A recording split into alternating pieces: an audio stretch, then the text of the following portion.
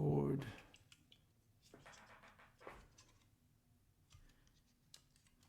Come here.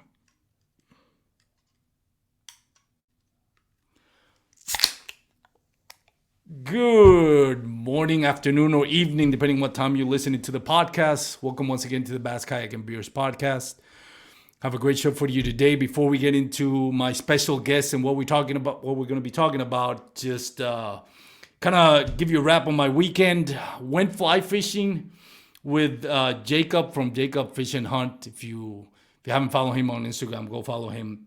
I've been meaning to get into fly fishing just because, as you know, my sponsor for the podcast is Douglas Rods, and they make an amazing casting and spinning rods. But they're really known for their fly fishing rods, and their Sky G is an award-winning fly fishing rod. So I got a couple of rods from them, and I figured, you know what, let me try it. I really enjoyed it. One of my favorite movies growing up when I was young was a movie directed by Robert Redford. It's called A River Runs Through It. That's been one of my favorite movies years ago. I never got to do fly fishing until this year, so I really got to enjoy it. I was at the Brazos River, which is great for fly fishing for stripers. Managed to land one striper. Jacob was, of course, being the fly fishing extraordinaire that he is, just putting a beat down on spotted bass, sand bass, and stripers. So got to learn a lot from him, especially with casting. That's the biggest thing. But yeah, we had a great time. And I'm excited to do this again. I'm still going to focus more on kayak fishing and tournaments because I still need to learn and get better at it before I can, really dig into other things. But really, if you haven't tried fly fishing, go check it out. If you get a chance, bring somebody that knows. YouTube can only teach you so much. But anyways, talking about this week's episode, we have a great episode for you today. I'm super honored to have my next guest, probably one of the most respected people involved in kayak fishing. Of course, I'm talking about Steve Owens. He is the owner of Dugout Bait and Tackle. He's now being taken over Bass Nation in Georgia and in Tennessee. We're going to be talking about those two tournaments.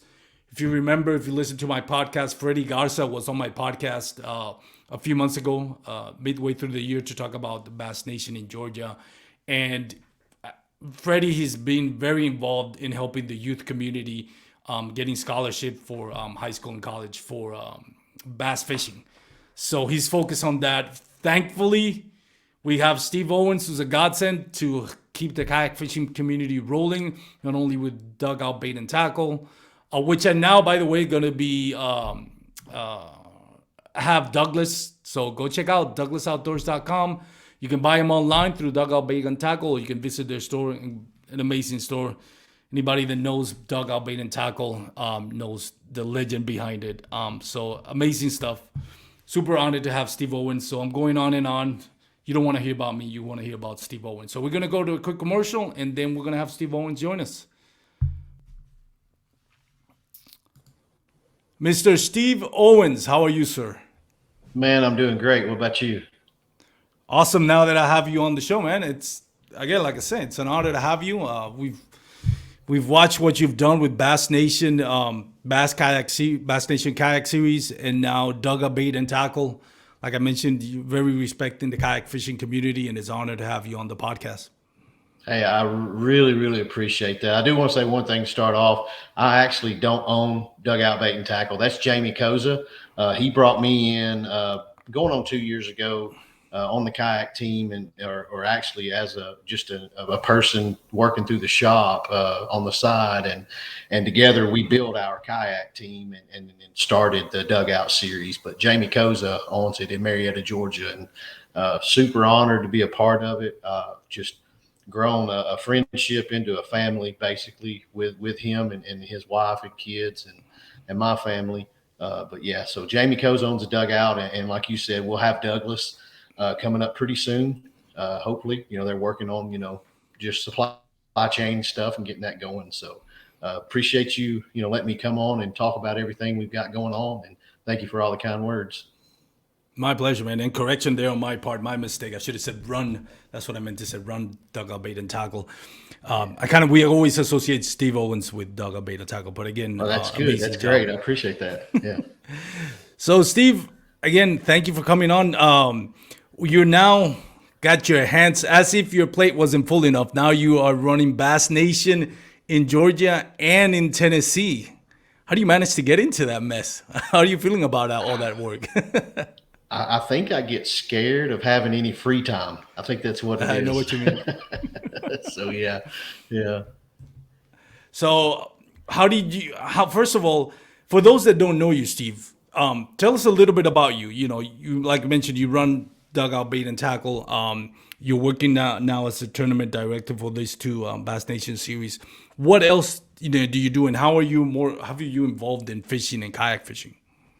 Well, I got started kayak fishing. I want to say about 7 years ago. One of my best friends at the time and still is Ryan Lambert. We ran around, did a lot of stuff together. We've been friends for probably 15 years now, I guess, maybe longer. But we fished a little bit together. We'd go to ball games and just have fun. And he decided, he saw a video and thought, man, I've got a boat. I've got a 3-year-old daughter. It's hard getting boats in and out. Let me try this tandem kayak. It was a native tandem FX15. So I found a used one and got one, and then we just got into the tournament scene and started a local club. Took over a local club that he started with another couple of guys on Lake Chickamauga here in Chattanooga, Tennessee, and none of us knew what we were doing. So we just knew we had buddies that wanted to fish. So we just kept it and grew it. And then KBF had a lot of series back then before they shrunk down to the better structure they have now where they're more hands-on. So I directed the KBF events on Lake Chickamauga and Gunnersville for 3 or 4 years. And that just grew, because KBF, had a great following and a lot of supportive anglers. And so, Ryan and I were on the native team, so we put together a tournament there with Jordan Lee, and so that got me understanding that we could handle big things, and had the opportunity to go to work for Jamie Koza at the dugout. They've been in business for wow, 40 something years probably, and so I just attached myself to a good thing, thankfully, and he had just became a Hobie dealer 4 or 5, maybe 3 months before I came on. And he already had a few pretty good staff members. And being, familiar with what I was doing, I took that on with him to build it and grow it because he has vision, like a lot of entrepreneurs, further down the road than we do. If you just put the vision out there and I can buy into it, I can do the footwork to help get us there. But somewhere along the way, got to be pretty good at tournament directing, and I think it's just from treating people well and kind of being a little bit of afraid to fail someone. I want everybody to have a good time. Dwayne Wally reached out with when they were building the Bassmaster series, and got in on that. Got to help Bass, build that series and directed it first season.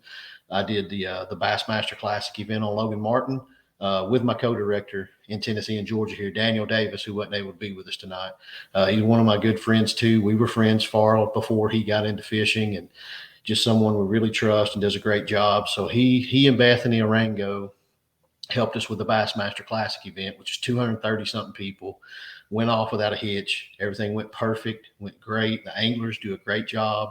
And so from there, that got busy very quickly, and my dugout responsibilities grew. So I had to step away from the national trail, but just getting introduced to the Bass Nation part of it, which is still confusing to a lot of people. But like you said, we'll dive into that later. But, seeing, that we have a platform in our area in the Southeast specifically that I can influence and do things for.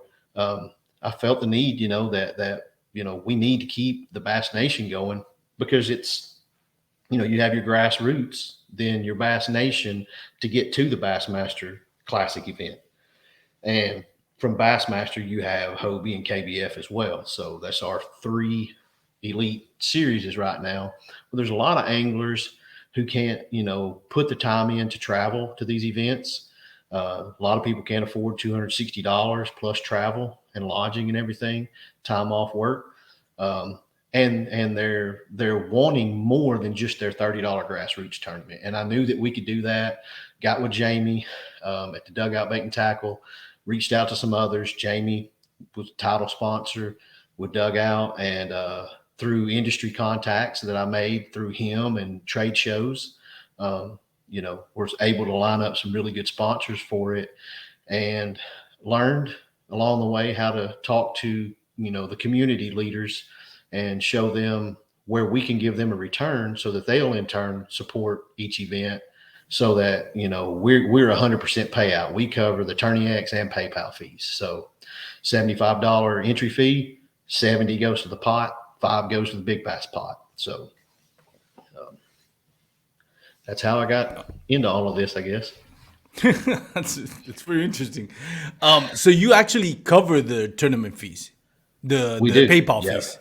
Right. That is At this awesome. point right now, we're able to do that for this season. So it's not easy, That but you yeah. have to, but the biggest thing, and I share with anyone that's interested in this, and anglers especially, because there's more anglers than there are tournament directors. So if you're an angler and you're looking to get a Douglas deal, things like that, before you go to them, be able to tell them what you can do for them. You know, Yep. how the partnership, while you may be the weak link right now, you're going to grow yourself into something that's going to help them sell the product in the stores in your area, or at least get the advertising out for now. So Yeah, no, it goes more than for me with Douglas. It more just goes more than posts. It goes to a store, showing the rods, and opening an account with them, and that's how you build relationships. When you have somebody, whether it's Douglas or anyone, I'm not at this point trying to shameless plug, but with anyone that you're really interested in, a solid company, you know. Put in the work, make a good name for yourself. Even I don't have a huge following on my account, but I do a lot of work to, for my sponsors, and they appreciate that. They see that, and they say, you know what, he may not have 50,000 subscribers, but he does the footwork of going to the tackle shops, showing rods, showing our products, showing them on the water, and that's very important for anybody. But and again, we can go down that rabbit hole, but mainly like I said, I'm really impressed with the fact that you're covering the Tourney X fees. That speaks volume. I don't know what we have to do to get you to move to Texas, so we can have you help our kayak fishing community. Not and not taking anything away from our tournament directors here. We got Chris Morales, great tournament director. oh yeah, Duke Tran, Duke. Jacob Andrews, and Joseph Yeah, you Anderson. I got always get those yeah, two you got names, last names Sanderson confused. and yeah, Sanderson, yeah. Patrick Malone's done a great job Patrick over the Malone. How could years. you forget about Yeah, Patrick Malone? yeah, You know, yeah. so we're blessed to have him, but definitely impressed with what you were doing. Ordinarily, I would have to say there's some big shoes to fill. Being that position left by vacant by Freddie Garza. But obviously, we know you. We know what you're all about. We know your rep.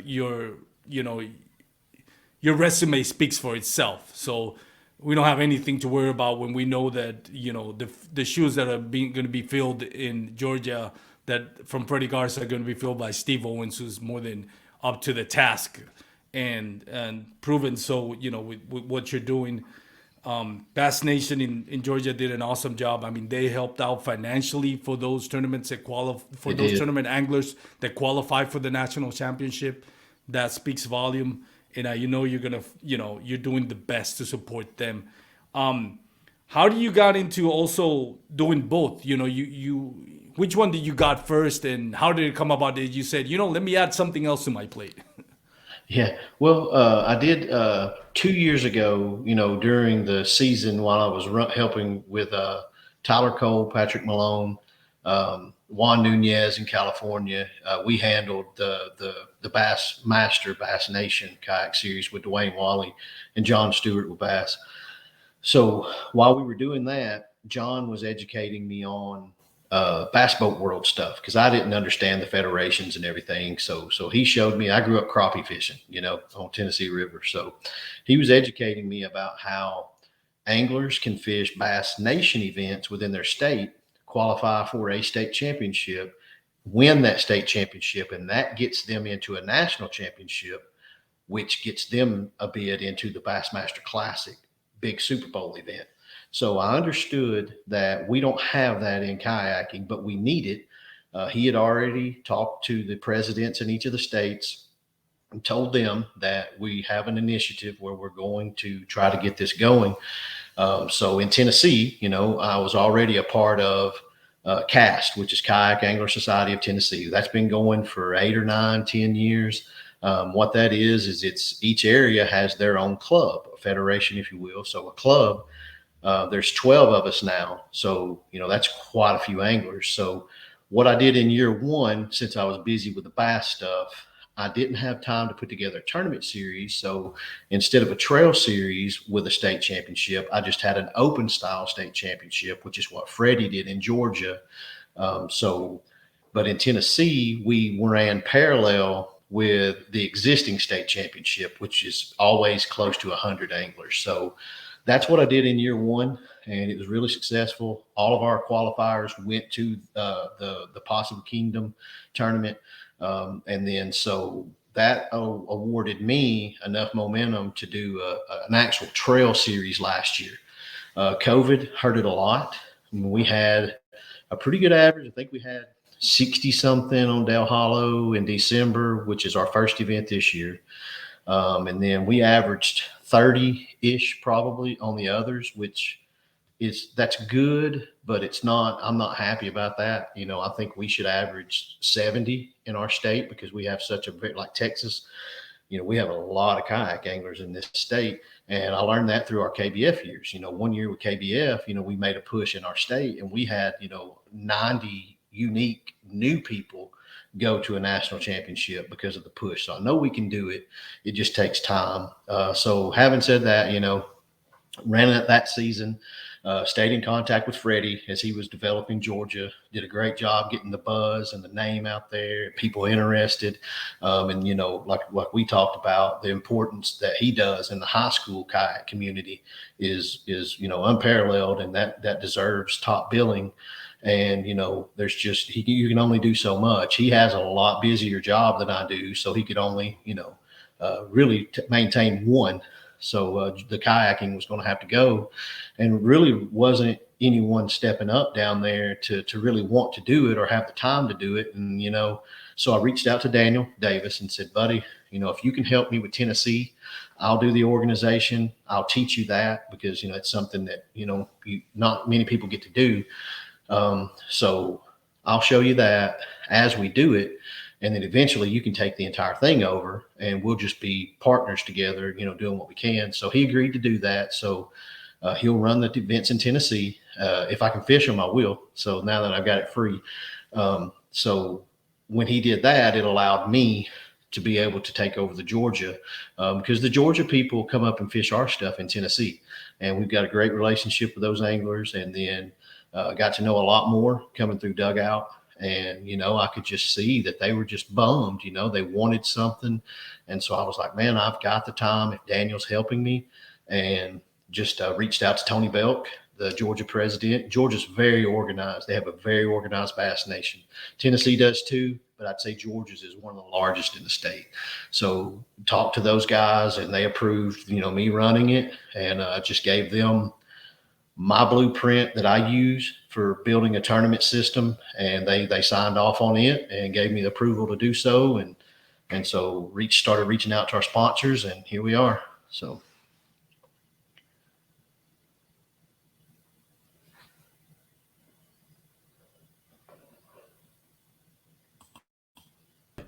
I had my mute on. I forget. Sorry about that. Can you you hear me now? Sorry. I got you now. So, yeah. It was my bad. So when we think about all the stuff that's behind the scenes that you're doing and you're working on, it's a daunting task, especially when you got both tournament trails, both the Tennessee and the Georgia. You're also a fisherman yourself. They're one of the most unappreciated things that we have is that you're taking time away from fishing just to run these tournaments. Well, I'm sure you also have that Oh, competitive yeah. vibe that you want to, you want to compete, you want to take part of it, but at the same time you have some responsibilities, and that is the sacrifice that I think is worth mentioning. Going into Oh, it's the awful. It's I know it's one gotta be. this. I Yeah. would love to learn more about tournament directing, just to get more aware of what's more involved, and I can talk more of having more educated opinion on my podcast.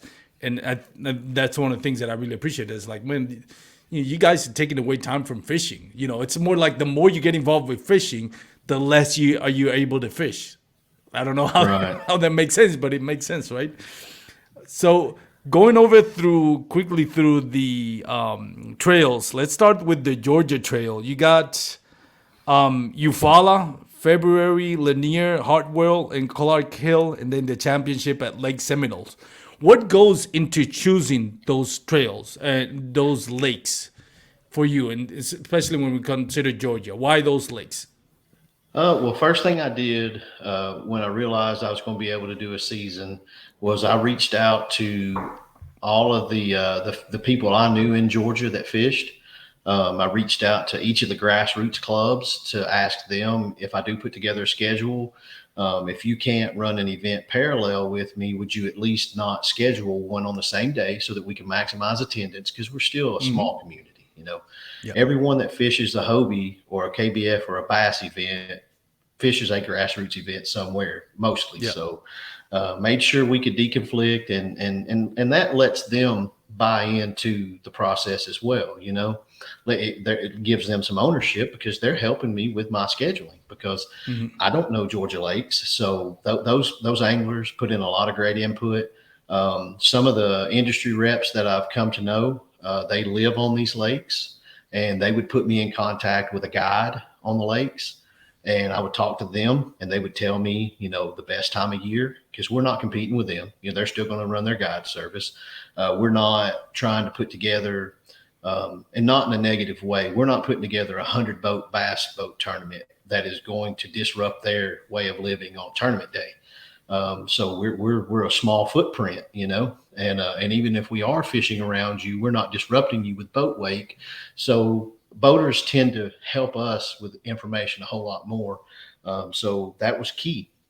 And David Lowry, a good friend of ours, he's a BFL champion. He fishes all of these lakes. So I sat down with him, the Chambers of Commerce, and just made a lot of phone calls, a lot of emails. Emails are so time consuming, but it's part of it.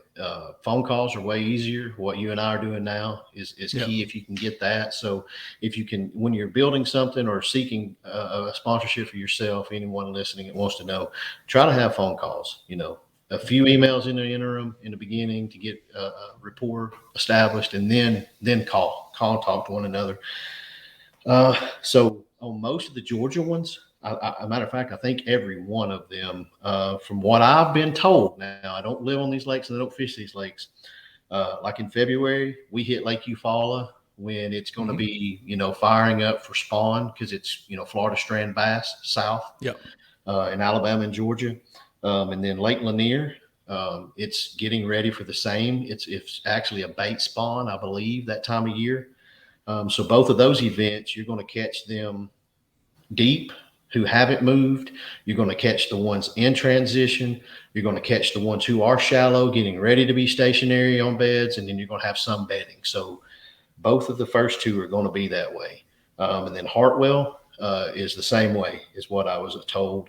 And then May on Clark's Hill is actually going to be the blueback herring spawn, I think, if I'm remembering it correctly. And that's their main bait source. So I'm going to be able to, each of these just magically kind of fell into place where an angler strong suit is going to be able to be used no matter what. So, and then Lake Seminole, a lake that I absolutely love.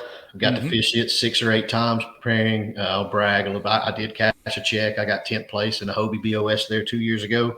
There Seems you like an go. eternity ago. Because what you said, the sacrificing of the fishing. Nick Brown is one of my best friends. That he lives up the road here on Lake Chickamauga, and he was the national championship director for KBF for a lot of years. And he told me, he said, the more you get into this, the less you're going to fish. I'm like, whatever. And he's right, you know. So, but you know, Well, we it is appreciate what you're there's doing. a Oh, I do, man. I know, and everyone's very grateful and appreciative, and they thank me, and I appreciate that. But yeah, I'm okay. I have fun doing this too. This is fun in of itself. It's very gratifying. So that's how we got the Georgia series built, you know. And I had a relationship with a tractor company, and that rep left and went to John Deere, and he Hmm. reached out and said, "Hey, man, I see, you're doing Georgia and Tennessee. Um, I've got a lot of dealerships in those areas that you could help me highlight because I love marketing and networking." And he said, and that's how we have 100% payout, is through their help. So Yeah, no, and I love that having those non-endemic companies join, but companies that make sense as well. Like John Deere makes sense. We got a lot of brass, especially in the South. We got a lot of bluegrass tournament anglers. That they work on their land. They work on the so having John Deere, kind of makes sense, even though they're not directly tied with fishing. So that's really nice just to see nice companies over there. Kind of, you know, shows the job that you've done with it. Being able to get those non-endemic companies, like established companies like John Deere, is very impressive. I like the fact that you also have the top three in Georgia grassroots clubs.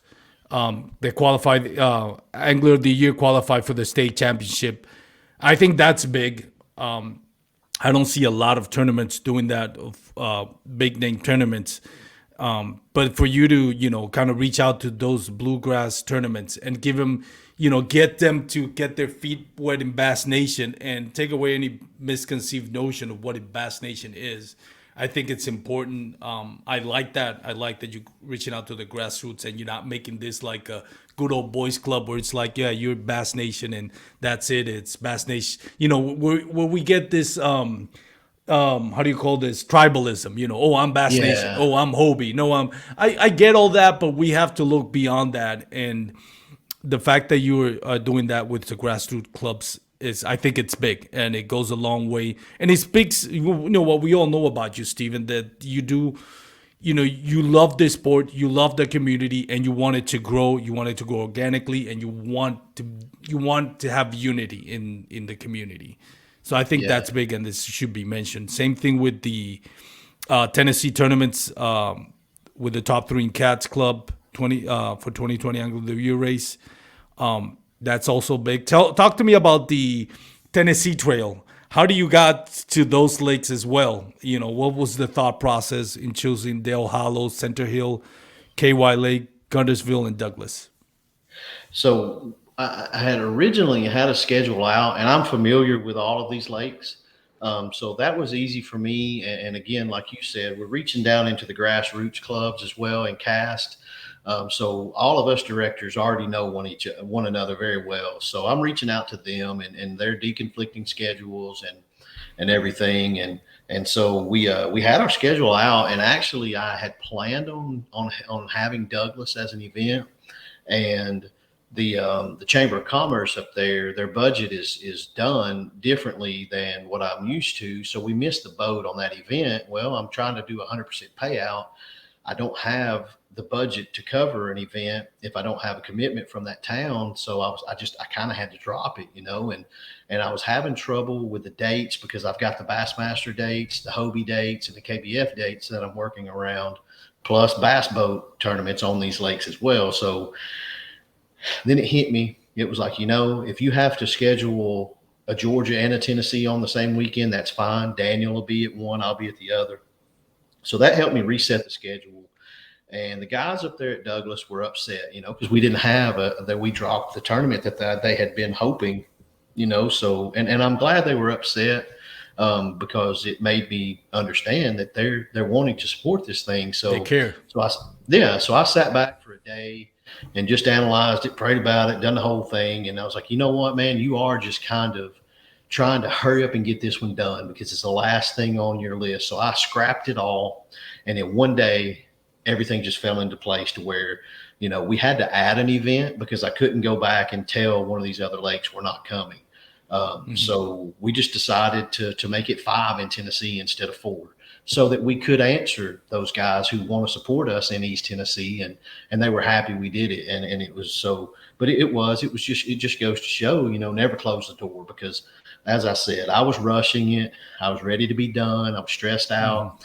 And it's just like, you know what, man, you're not doing your job the way you want to do it. And these, you're alienating some people. So that's how Douglas got added back. And you know what? We'll figure a budget out somewhere. It'll come from somewhere. So it just always does. So, but Del Hollow started. AJ McWhirter and Jay Wallen have a bluegrass kayak club in Kentucky that I fished several of their events, and one of them was a snowball classic on Del Hollow, and it was awesome. It was awesome. 40, 70 anglers each one.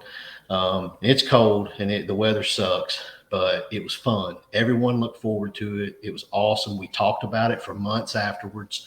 So when they both, AJ went on to build the Hobie series, and Jay went on to start traveling more, that club kind of went away. So I was like, we're 2 hours from that lake ourselves. We love it.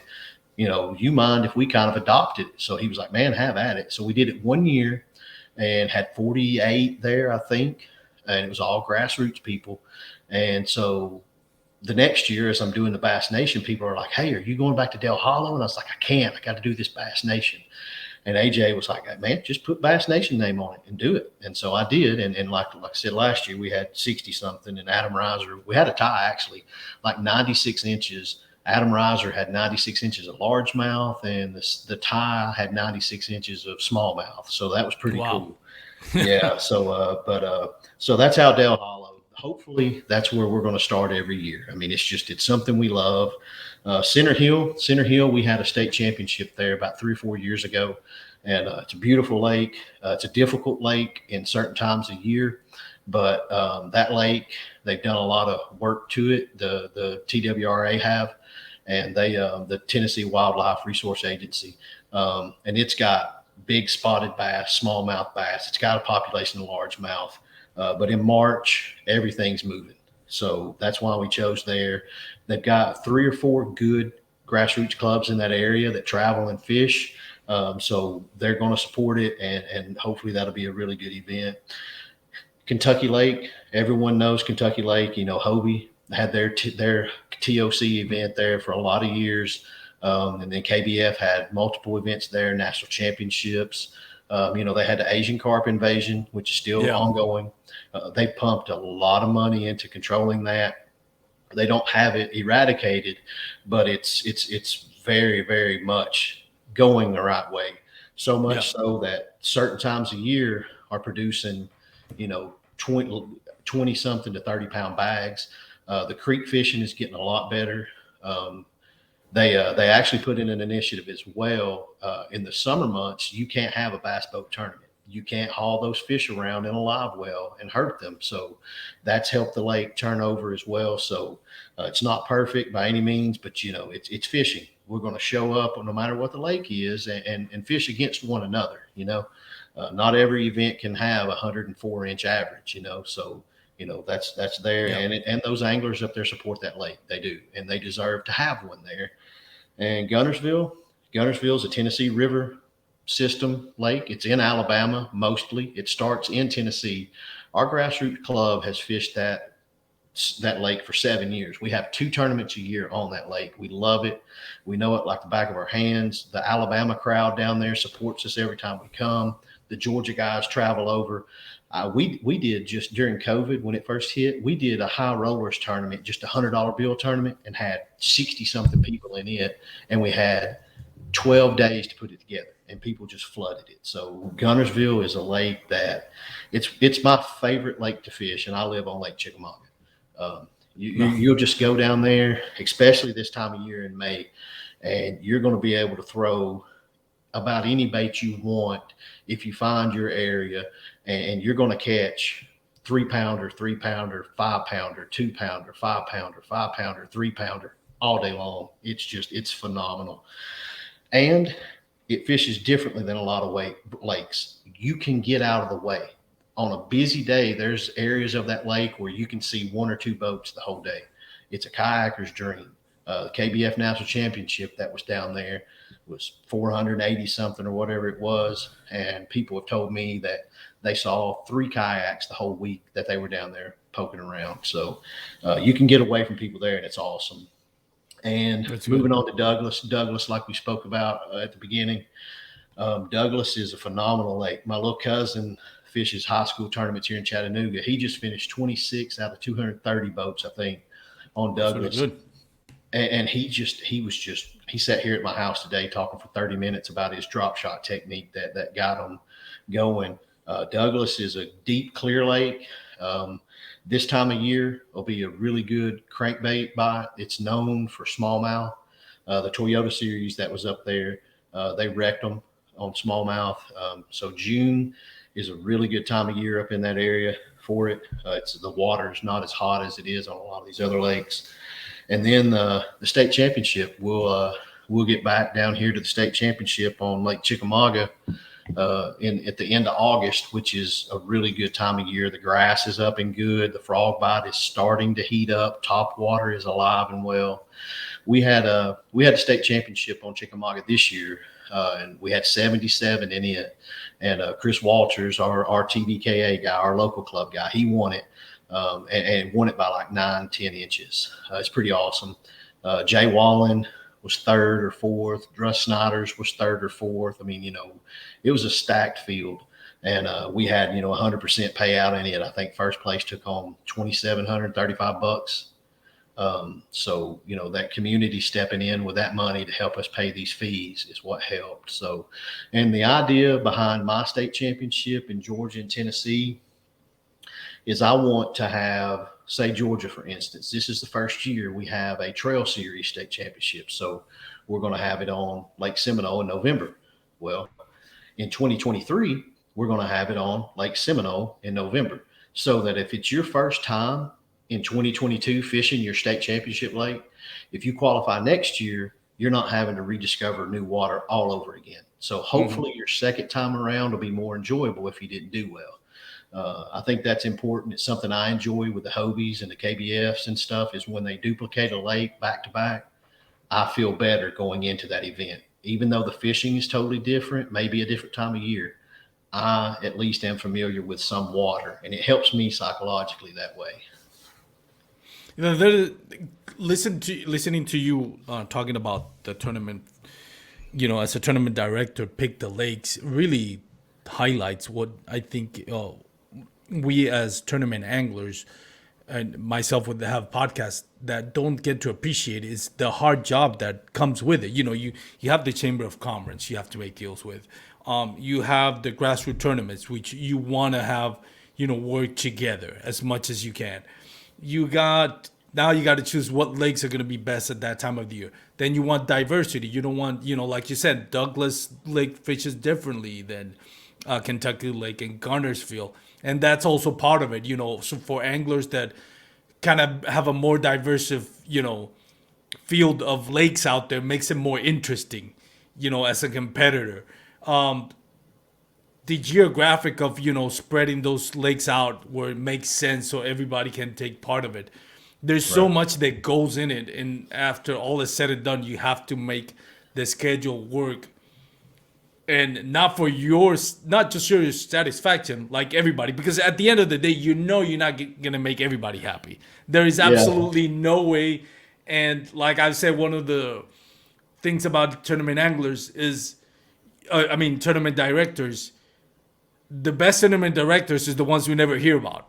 Because when we hear about it, it's because, all of a sudden something went wrong on a tournament, everybody remembers is Steve Owens. Now, if everything goes great, no one remembers, everybody remembers the anglers, but nobody remembers the tournament directors. If something goes wrong, everybody remembers the tournament director. So it's, it's the way it is. It's part of the nature of the beast, I guess, but. It is. Yeah. Yep. But props to what you're doing, Steve. I mean, what can we say? We are so fortunate to have you in the kayak fishing community. Um, it, you can understate, or no, I'm sorry, what's the word I'm looking for? You can't overstate what Overstate. you've done. Overstate, that's what I meant to say. Overstate what you've done in the kayak fishing community, the influence that you have, and the role that you've played in helping this fishing community tournaments grow. And impressive what you'll be able to do, juggling all these responsibilities, not just one trail, but two states, Georgia and Tennessee. Plus, like we said, doing so much stuff, heavy lifting with the dugout bait and tackle. Yeah, So, really what kind of got me, to dive into the Bass Nation more was actually, we sat down one evening. I was at Jamie's house and he was just blown away because, Jamie's been in the bait industry for, since he's 50 years old, and he got in it when he was like 13 years old working for his uncle. And he's a self-made person. He's put in a lot of work, worked a lot of hours where he paid his employees and he didn't get a paycheck for a long time. And that's a good testament to a person. And learning that about a man is what made me really want to just continue to grow, because I was kind of burnt out and basically just about ready to just move on and leave kayak fishing. It just it gets laborsome, and like you said, there's not a lot of people wanting to help move furniture, but you find that group of people like AJ McCordy. He's one of my best friends. He lives up the road, so you and I can talk about things all day, but having that other tournament director is just different. You speak the same language. Well, Jamie has ran a lot of Bass Boat Series tournaments too. He's a huge sponsor in Georgia for anything that basically anybody wants to put on. He's there to help. And so he's got that language as well. So I can bounce ideas off, I can vent, and he's there for me. And he listens to it and absorbs it and helps me make it better. So we were sitting at his house, man, and he started October of 2020, I think, selling Hobies. And I think I came on in right before Christmas, maybe. I think I'm terrible with dates and years. same So way. after around about August, we were sitting down there, and he was like, "Man," he's like, "I love fishing community. Period. Been a part of it, eat, sleep, and breathe it. His kids are phenomenal at college. His son, one of the best high school anglers in the state of Georgia history. Now they both fish for Carson Newman with Jackson Orr and Ewing Minor. He was leading the Hobie AOI for a long time. They're ranked fourth in the country now. Carson Newman is here in Tennessee. So they live it. They are a fishing family. His wife is just ridiculously knowledgeable and organized, and just a good woman. Very helpful in keeping us, here, keeping us centered in the brain there.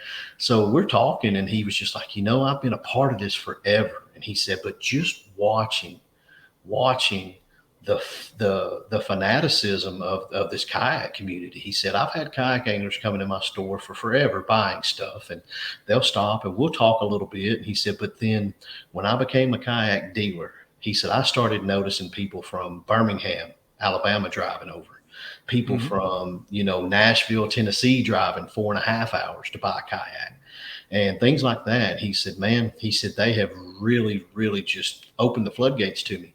And he's like, I want to do something to give back to them. And I've always been a big proponent of online tournaments. A lot of people will have their opinions about them, but for me, Casey Reed, everybody knows Casey Reed travels national trails. He always had an online tournament like KBF as well. I fished some of those, but with Casey Reed's, what I learned was when I screwed up, he was sending me a text saying, "Hey man, you left the mouth cracked open, half-inch deduction. Send me a better picture if you've got one." Well, that stuff translates into live fishing too. Well, Hmm. I was telling Jamie, I said, we've got a lot of new people who are scared to get on Facebook and ask questions, don't know the right person to ask. They actually have people giving them the wrong information because they don't know Hmm. either. I said, you need an online tournament. And so we come up and we had brainstormed and decided to do an October, November, December month-long tournament called the Dugout Tri-State Series. We've now opened it up to 7 states because that's about what we service now. And during this online series, anglers of all cuts of cloth can fish, and the newbies can make mistakes and we'll fix them.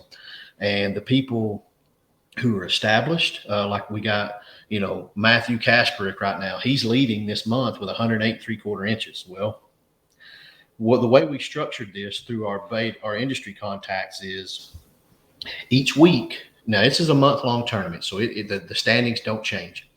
But every night at 9 p.m., I screenshot the standings, and the leader gets, like this year, the leader gets an Abu Garcia Zeta spinning reel. It's $200 spinning reel. Nice.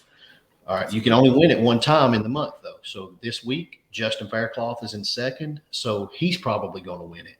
And so that happens for Zeta Dakota lithium batteries. We got a 10 amp hour battery we rifle weekly. So that's 13 batteries they've stepped in and helped us with. And then from there, there's 25 randomly drawn anglers that receive, I think this week it's a Z-Man bait package. So Z-Man is going to send us baits that they donate, and we're going to send them to 25 different anglers. Last year, when the season was over, we did, like I said, October, November, December, and a championship in January. We gave away almost 40 grand in prizes and cash, because and the way this series works, as I said, each week on Sunday, the leader gets a championship spot. The next week gets a championship spot. All right, so that's 4 anglers.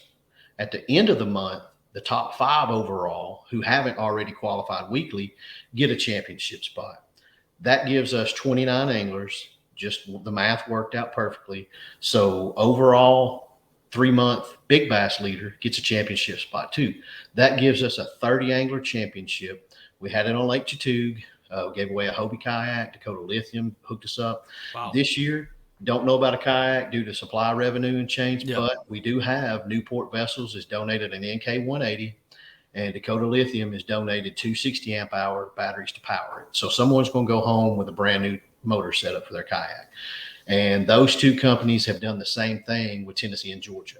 We have a Newport NK 180, like we did last year at the Tennessee Championship, with Dakota Lithium batteries to power it. So you just take it home, put it on your kayak, you're good to go. So, and we wouldn't have all of that had we not sat down and brainstormed this little tri-state series, because what that did when I put all that work, with Jamie into getting these manufacturers, because it's hard to get 13 weeks of baits from these people because they're busy too.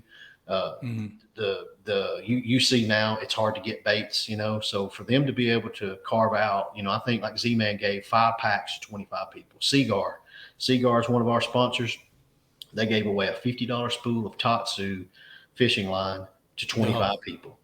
Yeah, and they're one of our title sponsors this year in the Bass Nation Series. So in building that series with him, it showed me that I wasn't treating the Bass Nation Series like it needed to be. It needed to be highlighted as its own thing, because your reward at the end of it is your state championship, and then from that you get to fish the Bassmaster Classic Championship. So.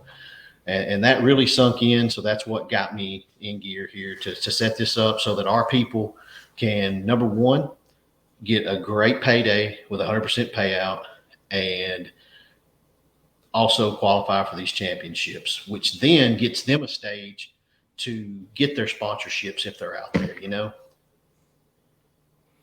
That's amazing when you consider now. Then we talked about building a tournament now, getting the sponsors, and we were joking about it on the pre-recording, right? The biggest, I think, one of the annoying things about doing what you do is that you always have a meeting about the meeting, right? We're gonna have a meeting, but before we have a meeting, we're gonna have a meeting about that meeting, and it's it's the little things that take so much time to kind of work out, just not just a tournament series, but to get all this for the anglers, because this is not something you're even getting for yourself. I mean, all these prices go to the anglers.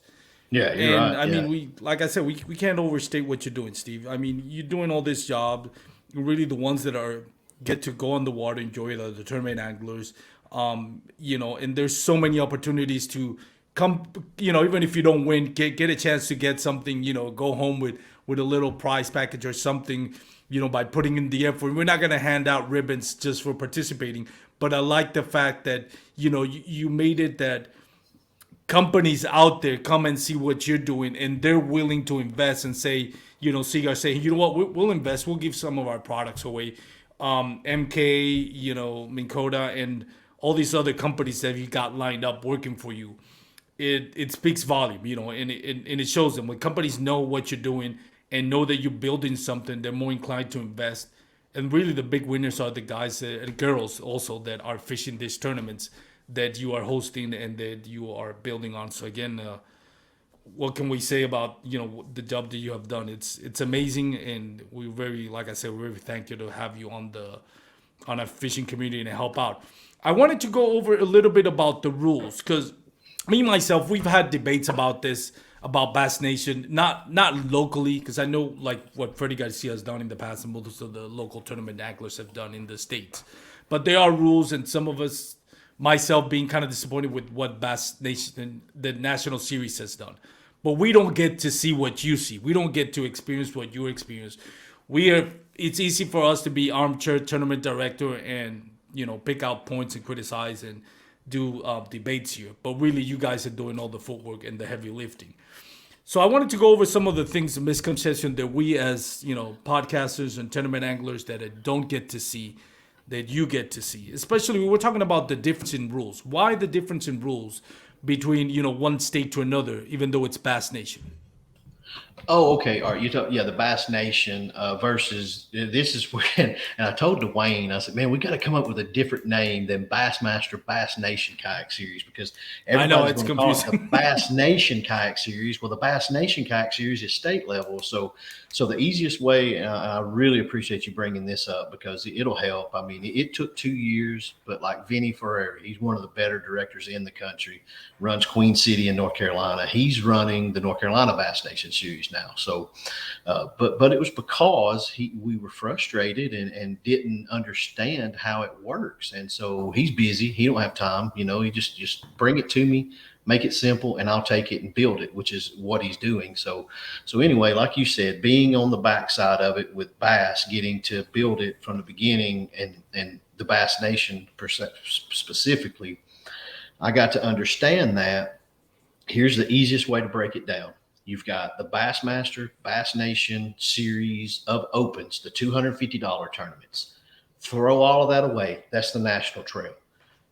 Bass Nation is the state level trail. All right. Mm-hmm.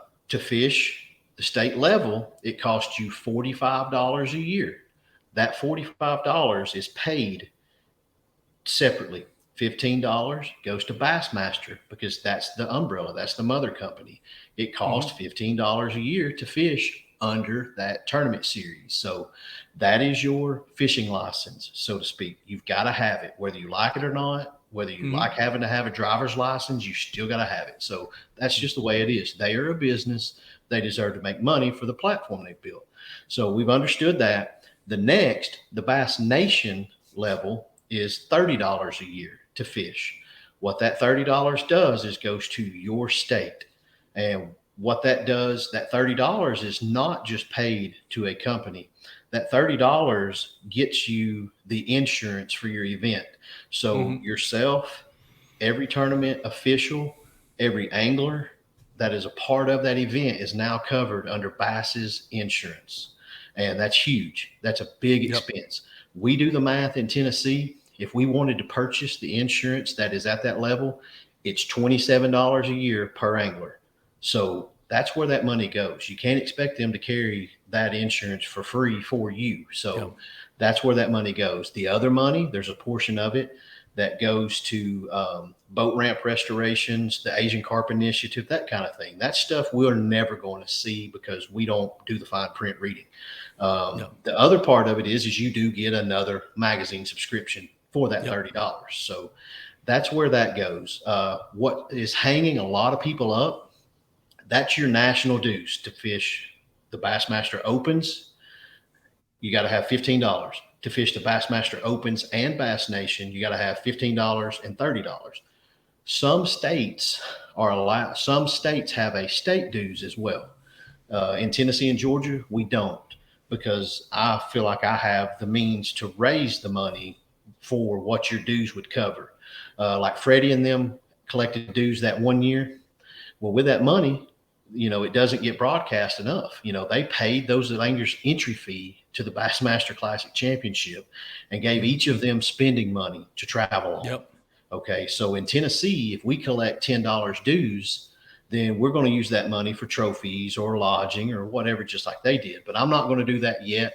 Once I get this established, I'll have time to focus and be able, because right now what I'm having to do is I'm having to learn all my accounting. So once I figure out how to balance all of that, see what money we're going to have left over, we'll see what we can do. But so right out of the gate, it's $45 a year to fish.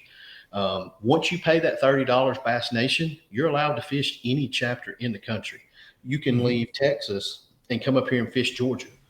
Yep. And the only thing you have to do is pay the state dues if there is one, which we don't have one. So the 45 covers you for the entire country.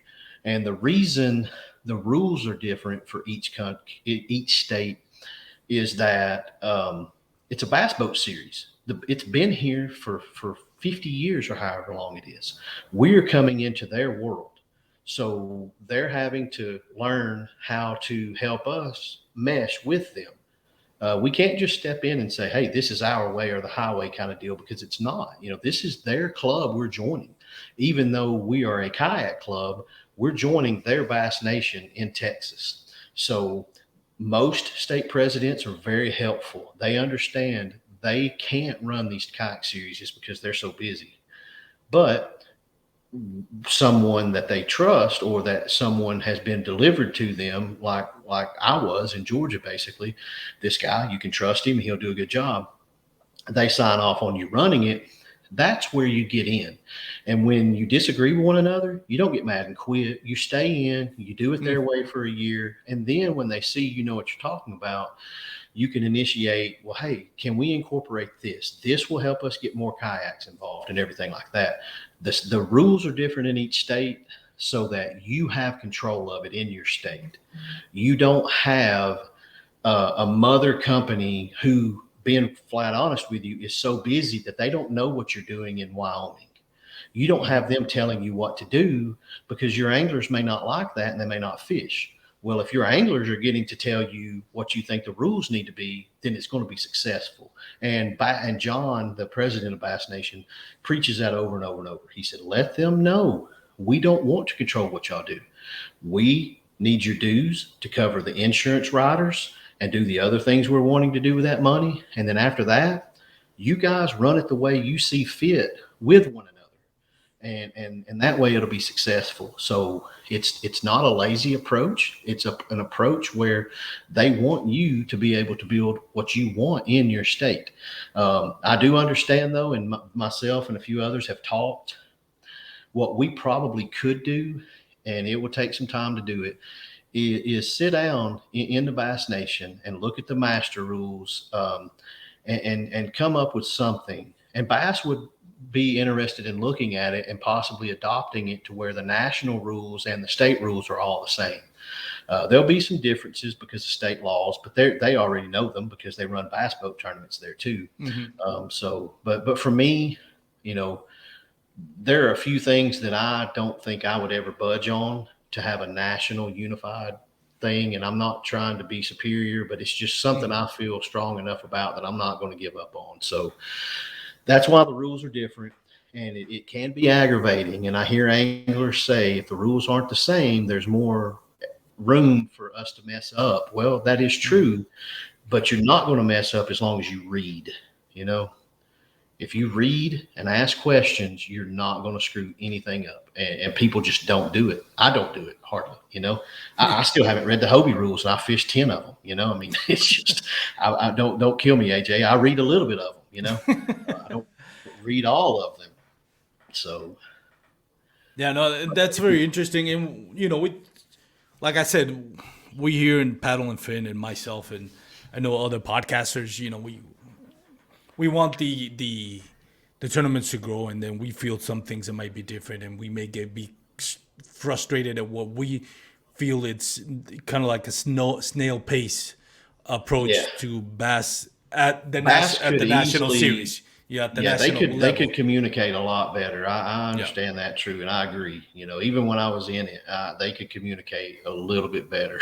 So, But well, but I but think that's what the we all, thing with our yeah. us kayakers. We are so accessible to one another that we're used to quick answers. They're different because there's millions of them. So they're used to just having to put their head down, do their job, and you be happy with the product at the end. Where here, we all, even at the top level, have input from newbies every day, so it's a little different, but it is frustrating. Is that mainly what has had what you said you were kind of disappointed with, or is there more? I'd be No, interested just to know. to me, Bass Nation, I'm excited that they're, that as an organization, they're behind the kayak fishing. I think it's important. I think the sport is going to grow. It's important. I I never want to go in the route that says, "Oh, we should boycott," because no, no, no, no, no. Right. That's created more division. I think we all can support it. I may have my reservations about some things, but I will support when they come here to Texas and they fish because I think it's important. I think the main thing, and not just one for myself, when you talk to tournament anglers, because I want to get feel for the pulse, for those that fish the national trails, and I think some of the things that you see is more basically it's the schedule coming out as late as this is it as late as it comes out, and I think without getting too deep into the rabbit hole, also more transparency on what it is. I think for the most part, and I say with this with the utmost respect, we're kind of spoiled with what AJ McWhorter has done with Oh yeah, Hobie BOS. absolutely. Yeah. He's Oh yeah. created a bunch of divas. Yeah. We think that Yeah. everybody should be doing what AJ McWhorter is doing, and we have to understand at a national level, he's done things. And God bless having him on the kayak fishing community, but their Hobie's approach is different from a company standpoint. When we're talking about Bass Nation, it is an organizational standpoint. If that makes sense, Hobie's there to sell Hobies. So their angle for it is going to be different. Where Bass Nation, it is more about the organization, and there's a lot of components. So obviously, it's a more complicated, intricate system than Hobie Mhm. BOS. So there are things that we like to see get better. Mostly it's just in the Angler of the Year race, I think it's very important having more trails instead of just 5 trails at a national level. Have more like in the lines of like 7 or 8, even and that's hard to do. Even Hobie had to, I think, pull back 1 trail this year. I think they had 10 this Mhm. year, and the next year having the 9. And that may be wrong on that, but that's what I've heard so far. So it's one of those things where we want Bass Nation because of the name that's behind it and the years of experience.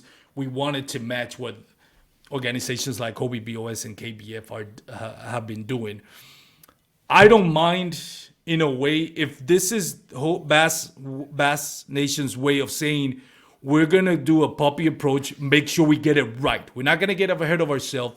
We're gonna grow this, and it's gonna be big, but we're gonna take our time. Then by all means, do it. If you want to make sure that you got it and you got it right, and eventually move it to another level. That's it. We just have to be patient with it. But we kind of wanted that reassurance that that's where it's headed.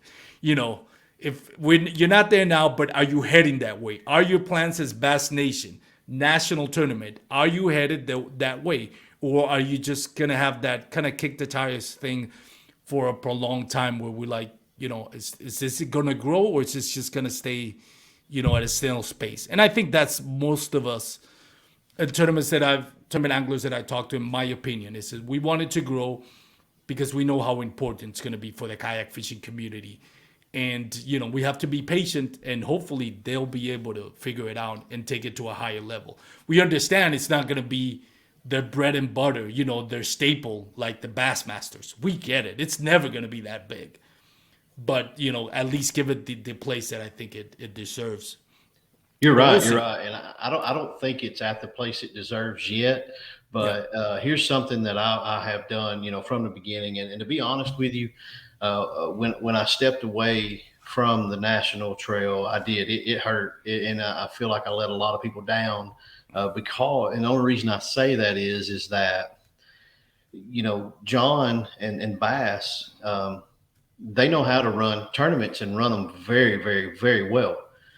They know the bass boat community. They don't know the kayak community. Well, Mm-hmm. guess what? The kayak community doesn't know the Bassmaster tournament structure. Mm-hmm.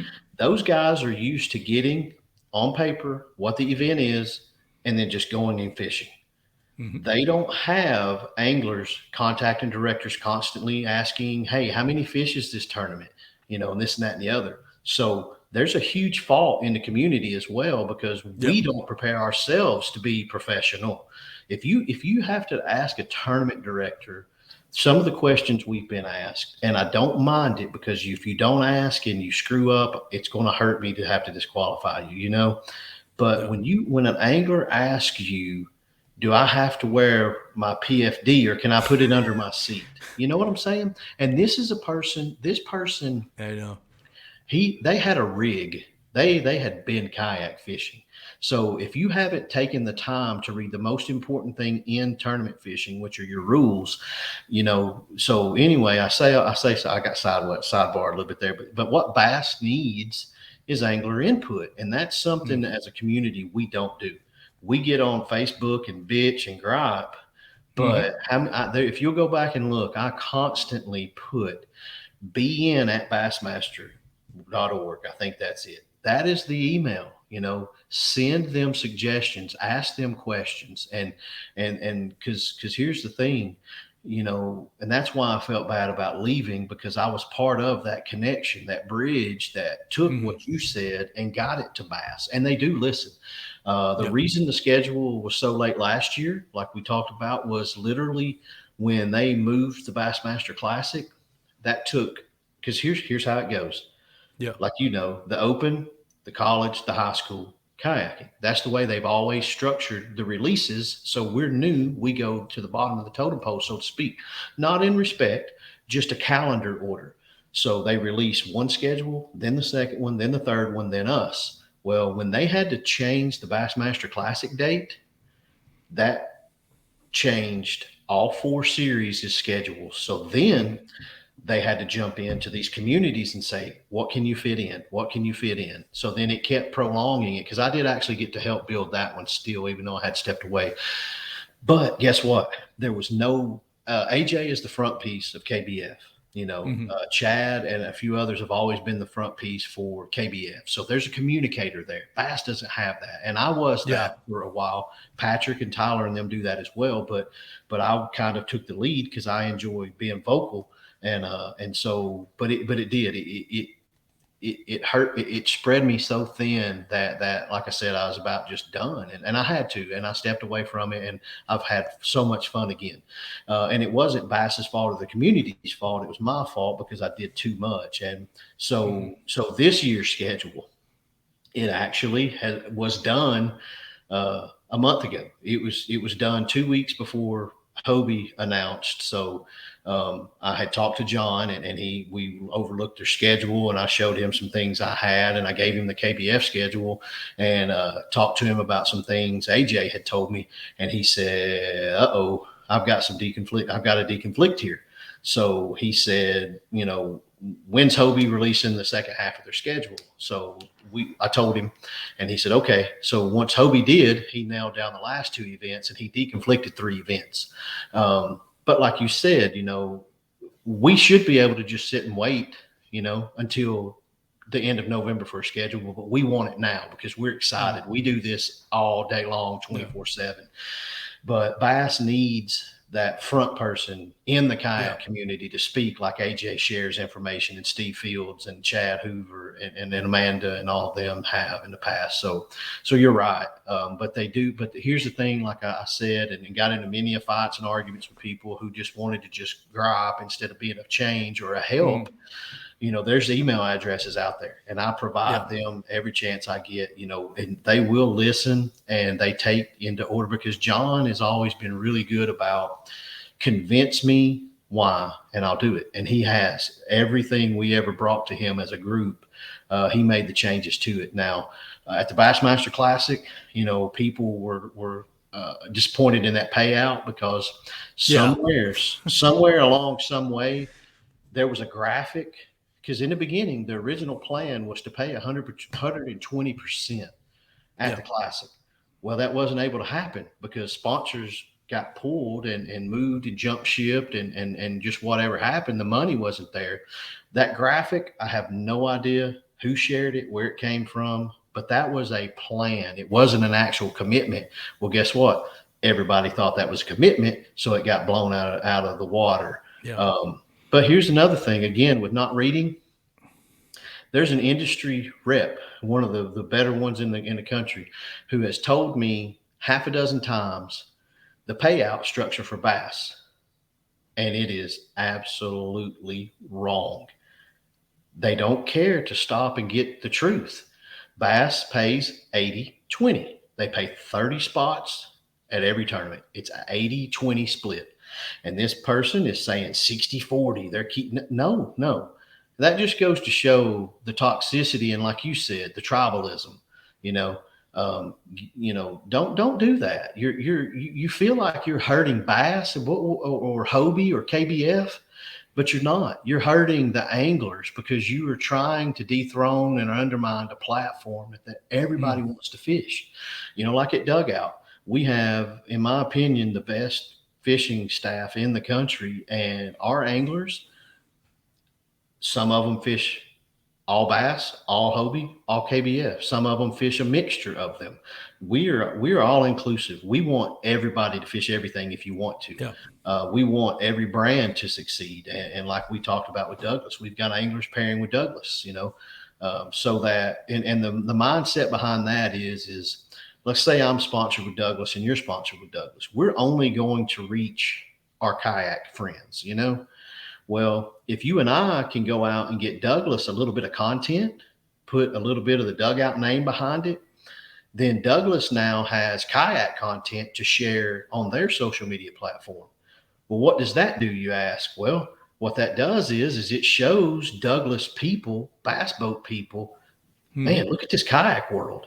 The next thing you know, it's bringing in new kayakers. So by doing that, other kayakers are going to see you highlighting Douglas or Douglas highlighting you, and they're going to get brand loyalty off of that. And so, and they understand that people like Douglas, they're very smart and they listen.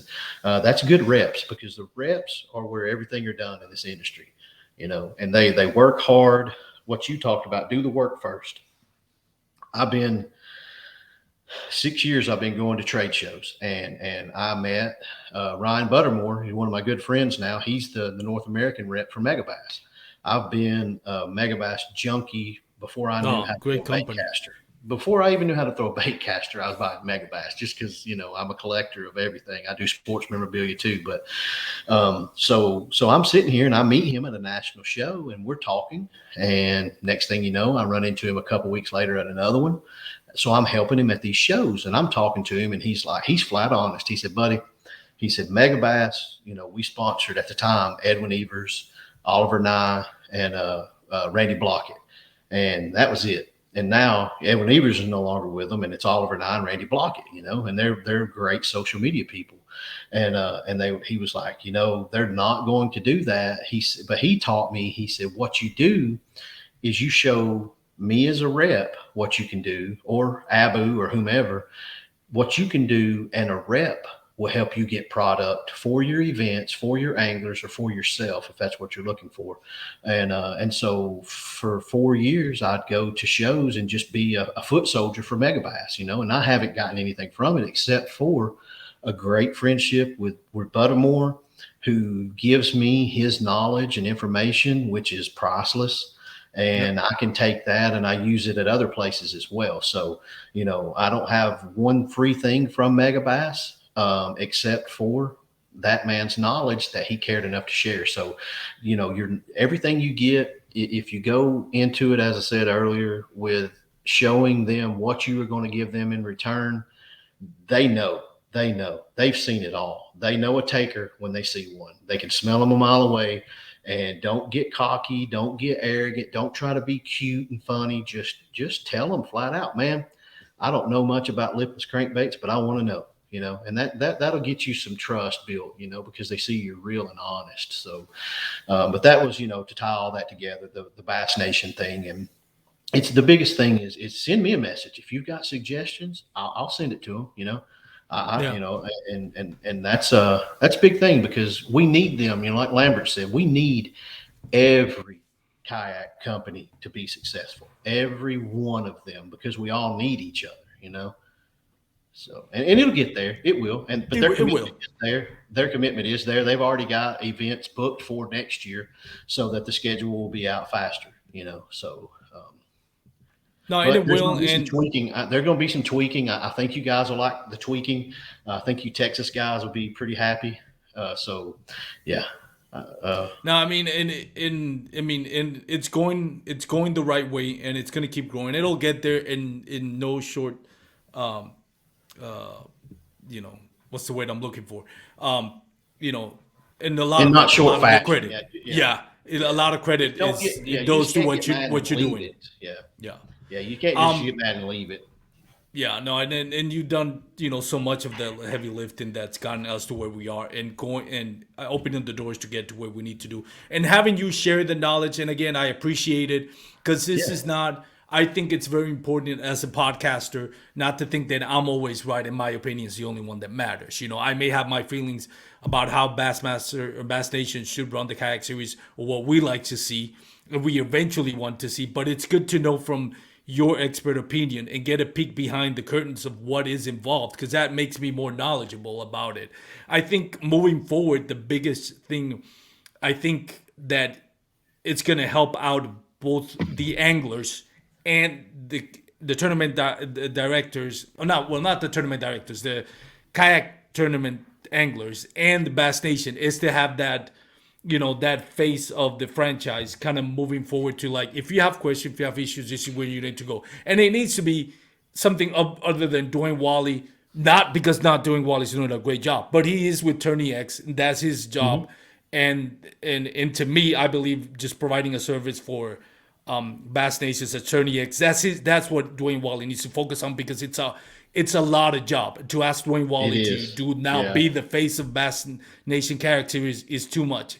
You need somebody that's more adapt to what get bridge that um, communication gap where with the kayak anglers are having with Bass Nation. Be that frontline person that kind of takes the heat and also educates the kayak anglers. This is why it's this way. The same thing you are doing. And I think that once that person is found and established and gets to take Bass Nation Kayak Series to another level, doing that PR work is very important. And I think it's going to go a long way. And again, we're excited to have Bass Nation Kayak Series get involved in kayak fishing in tournaments. And Yeah. I know it's going to grow. And we have to be patient about it, like I mentioned before. But having you step in, at the foundation of Bass Nation getting involved, I think it paves the way for the growth that can go forward. Definitely, Steve. Yeah. I've I had appreciate you that. for. Real Go quick, ahead. didn't hasn't Tim Beers set up something in Texas? Don't you guys have a Texas Bass Nation qualifier coming up pretty soon? It is, and don't get me started on that Oh, because okay. Never mind. Never the mind. I the appreciate you having me on the show. Thank you. the publicity of it is more like there was a flyer. I mean, there was no there's no structure to it. There's also two tournament fees, which a lot of people is like, why am I paying? I mean, not tournament fees. That's why am I paying two membership for one single tournament? I understand when Yeah. you're gonna do a month long. Hey, I'm gonna have five. Okay, well, you pay the Bass Nation. Kind of what you were saying. Money goes to Bass Nation. Money goes to the state. Representation. Oh, that But it's just wasn't one conveyed. tournament, That and wasn't explained. Yeah. yeah, no, and it's just like, well, it's just I've only seen like a flyer type thing going through. It seems like a homemade thing. When I look Yeah. at the Bass Nation logo for Georgia and Tennessee, what you've done, that is as professional as it gets. And then I'm seeing this flyer go around Facebook where I'm like, is this a prank? Is this somebody trying to get money, or is this actually happening? I haven't heard any buzz from it. I haven't heard anything solid to say, hey, this is what's going on. It's been on the Bass Nation Kayak Series page, or it's just kind of like little flyer running through Facebook. Yeah. I can't even find it now. And I Yeah. know, like, I met Tim. Me and Lambert and John McClenny went to Bienville Plantation in 2013 or 14 or something like that. And it was freaking awesome. We had a blast down there, but we met Tim Beers there and he's from Florida. I think it's just inexperience because, I mean, he's not done this kind of thing before, but he wants to do it. And like, there's a lot of stigma or just someone hasn't had the time to, because I know Duke looked into it. Duke looked into trail series in Texas and the whole 9 yards, but heck, man, he's as busy as anybody in the world too. Yeah. So he didn't have time to do it. And I think Tim just came down and was like, man, I want to get this going. He reached out and asked some questions, but I think it's just he doesn't, not everyone is a social media person. My graphics are made by Joe Heibenrich, who used to run KBF. Thankfully, he lives here in Tennessee, and so he helps me out tremendously with that, and I thank him for that. But yeah, you're right. I get it. I saw that. South Carolina was actually the same way at the very beginning, and then they got a tournament director who used to do bass boat tournaments. He got into the kayaking stuff, and he took that over, and he's good now. But it's newness, I guess. I wish someone would reach out to Tim and help him. I'm sure he would. I didn't even know it's Tim. That's the reason. Yeah, it's if Tim. You have his phone number. Pretty certain. Yeah, I'm pretty certain it's Tim Beers. I'm gonna message him and I'll get back with you. I think so because I think if he just had, because like look at Cats down there, man. Cats has been when we started building what we got in Tennessee.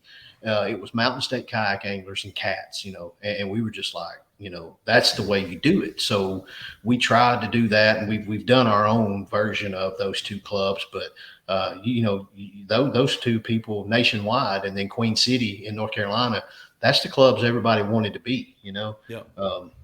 And Cats had his problems with tournament director this year. But credit to them. They took the high road. They didn't make it bigger than what it needed to be. They kind of like, put the head down. So we're gonna work it. We're gonna make it work. And so big props to ACK the way they handled that whole thing over there. And nobody heard much about it, but that's good. But yeah, they managed to make it work. So.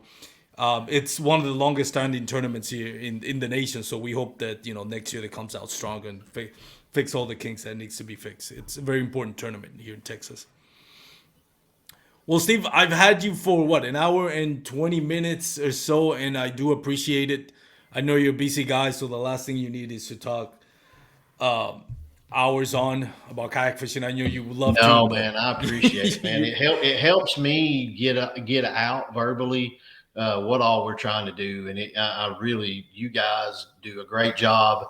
Again, I've told you, I've watched your podcast several times, and that's the reason I reached out is, you're the boss, but you give everybody their voice. And that's what I like. And that's why I wanted to come on, and just really thankful for it.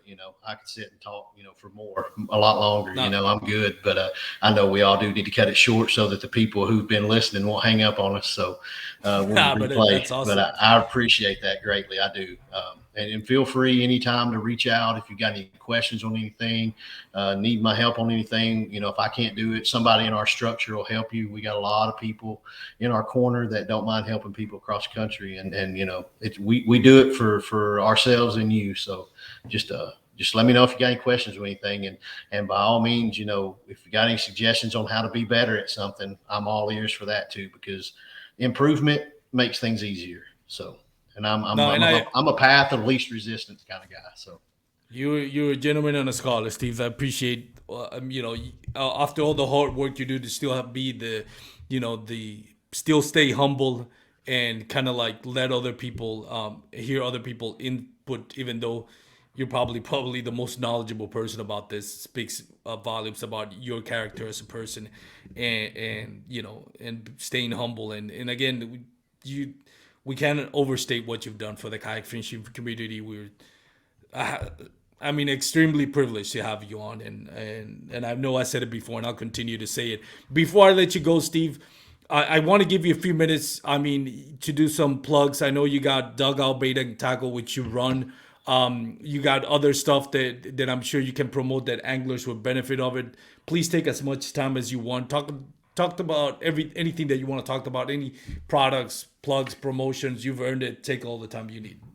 Hey, I really appreciate that. I'm glad you did that, because I didn't highlight very well on what we were talking about is what we're building in Tennessee and Georgia.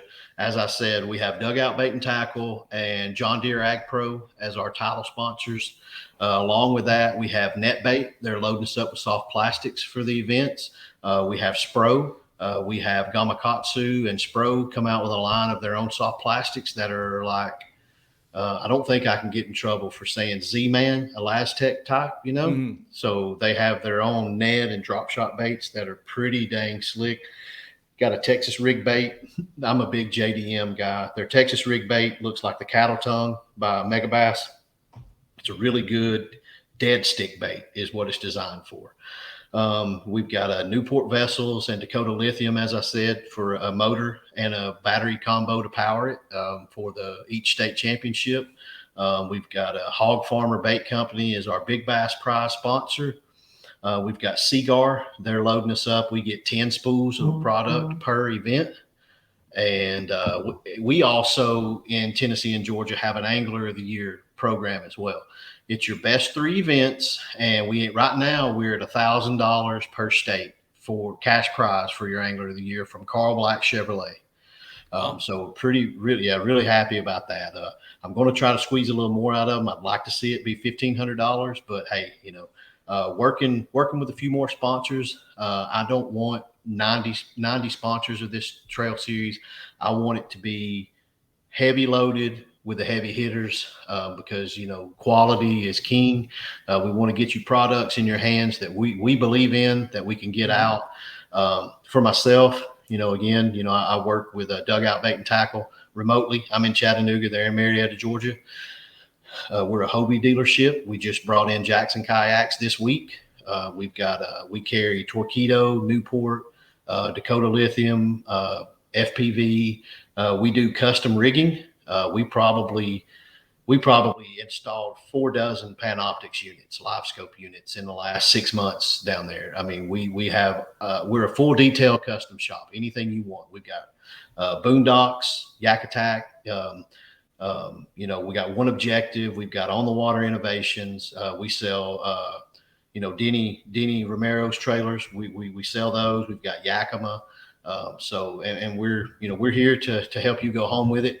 We've got a really strong online store. We just got up and going earlier this year, ran by Nick McBride. Can't do it, without the tournament directors in the grassroots. Like I said, they support us. They help their anglers make the decisions to come and fish us. They get new people who are a little timid to come out and fish with us. And we actually have anglers who are not even fishing in the tournament. They just want to come out and fish the day to see how one goes. We help them. If we have, we do allow hog troughs. So we allow hog troughs and catch boards in there.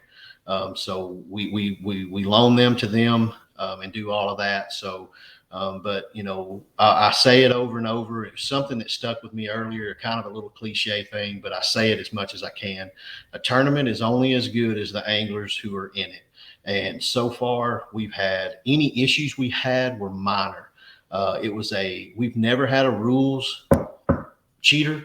It's just a simple infraction, like forgot to do something or something like that. It was a teachable moment.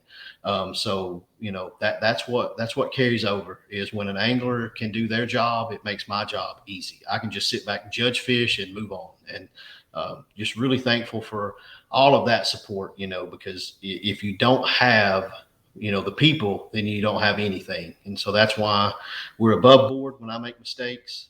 And we just put it out there, and you're welcome to gripe and complain, and I'll take it because that's my day in the barrel. I did it. I messed up, and I'll take the repercussions. And then, like you said earlier, we'll lay that down, and we're going to forget about it and move on because we've got bigger things to do than to stay hung up on something. So, appreciate you letting me highlight those sponsors there. Really happy with that Angler of the Year system and working on a really cool trophy. Hopefully we'll have that unveiled from a big company in our industry. It's going to be really nice, I hope. So thank you for again, let me get on here and appreciate you getting Douglas to reach out to us. Our guys are excited about those rods. So. Now, first of all, my honor to have you on the podcast. I mean, I was super excited.